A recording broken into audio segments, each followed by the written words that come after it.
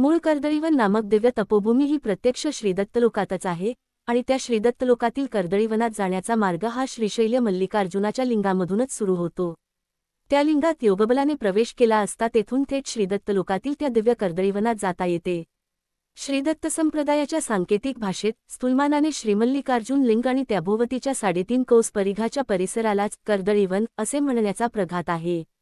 भगवान श्रीनृसिंह सरस्वती स्वामी महाराज वर वर्णन केलेल्या पद्धतीनेच श्रीदत्तलोकातील कर्दळीवनात निघून गेले।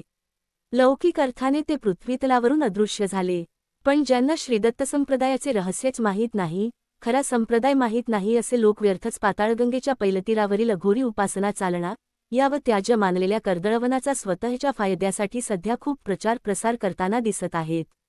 कलियुगाचा विचित्र महिमा म्हणूनच की काय, अशा स्थानांशी अनेक दंतकथांचा संबंध जोडून आज शेकडो लोक भलत्याच कर्दळीवनाच्या यात्रा करीत आहेत। सध्याच्या काळात कर्दळीवन यात्रा हा फार मोठा धंदा झालेला आहे। अनेक धूर्त लोकांनी खास कर्दळीवनासाठीच यात्रा कंपन्या काढलेल्या आहेत।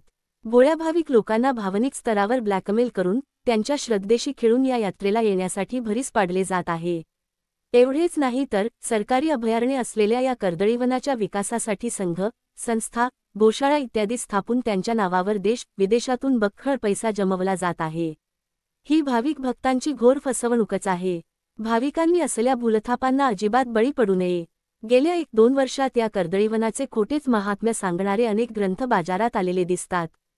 पद्धतशीर मार्केटिंग करून लोकांच्या मानसिकतेवर वारंवार मारा करून या ग्रंथाच्या हजारो प्रती खपवल्या जात आहेत। लोकांच्या श्रद्धेशी खेळून त्यांची हकनाक दिशाभूल करून आपली तुंबडी भरण्याचा हा हीन उद्योग किळसवाणाच आहे। अशा एकजात सर्व पुस्तकांमध्ये छापलेले अनुभव देखील अतिशय सामान्य स्तरावरील भावनिक व मानसिक खेळच आहेत। शास्त्रांच्या दृष्टीने त्यांना अनुभव देखील म्हणता येणार नाही, ते शुद्ध कल्पनाविलासच आहेत।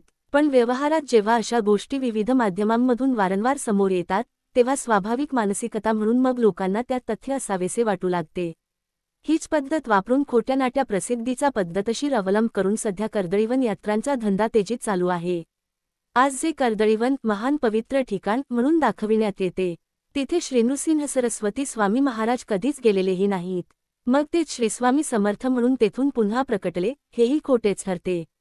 शिवाय ते स्थान अपवित्र, अयोग्य म्हणूनही मानलेले आहे। अशा ठिकाणी मोठ्या श्रद्धेने यात्रा करून प्रचंड कष्ट सोसून काय पदरात पडणार? जंगलात निसर्गाचा अनुभव घ्यायचा असेल तर मग कर्दळीवनच कशाला हवे? इतरही जंगले आहेतच की। एक अत्यंत महत्त्वाची गोष्ट लक्षात घ्यायला हवी, श्रीदत्त संप्रदायातील कारंजा, पिठापूर अशी स्थाने प्रथमतः श्रीमद टेंबे स्वामींनी शोधून काढली। कुरवपूर, नृसिंहवाडी, औदुंबर इत्यादी प्रमुख श्रीदत्त स्थानांचा विकासही त्यांनीच करवला, पण त्यांनी या कर्दळीवनाचा साधा उल्लेखही कुठे केलेला नाही आपल्या वाङ्मयात। ते असे तू हिमाचल भ्रमण करीत असताना मल्लिकार्जुनाला गेले पण कर्दळीवनात अजिबात गेले नाहीत, म्हणजे जे स्थान त्यांना मान्यच नव्हते त्याचे महत्त्व। आजच्या या लोकांच्या आध्यात्मिक प्रगतीची स्वतःहूनच ठेकेदारी घेतलेल्या तथाकथित बाजारबुणग्यांना जाणवले असे म्हणायचे का? काय या थोर महाभागांचा अधिकार श्रीमद टेंबेस्वामींपेक्षा मोठा आहे? असल्या या तद्दन भंपकपणाला भाविकांनी अजिबात भीक घालू नये आणि कर्दळीवनाच्या यात्रांच्या फंदातही पडू नये हीच कळकळीची विनंती। प्रचंड हाल अपेष्टा सोसून या कर्दळीवनात यात्रेला जाण्यापेक्षा घरी बसून केलेली यथाशक्य उपासना देखील जास्त लाभदायक ठरेल। श्री शिरीषदादा कवडे यांनी आपल्या प्रवचनातून या भयंकर प्रकाराला सर्वप्रथम वाचा फोडलेली असून फार मोलाची माहिती त्यात सांगितलेली आहे। भाविकांनी ती मुळातून वाचावी व असल्या भलत्याच यात्रांच्या भानगडीत होऊन आपली आर्थिक, मानसिक आणि भावनिक फसवणूक करून घेऊ नये, यासाठीच अत्यंत तळमळीने हा लेखन प्रपंच करीत आहे। संतांच्या ग्रंथातील वरवर समजणारी रहस्य अधिकारी विभूतींकडूनच समजून घेतली पाहिजेत। विद्वान असेल पण सद्गुरुकृपा व संप्रदायोक्त साधना नसेल तर अशांच्या म्हणण्याला काडीची किंमत नसते।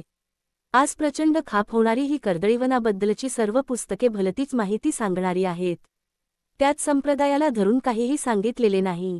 त्यामुळे उगीचच अशा भूलथापांना, कल्पनाविलासाला बळी होऊन स्वतःची फसवणूक करून घेऊ नये ही सादर विनंती।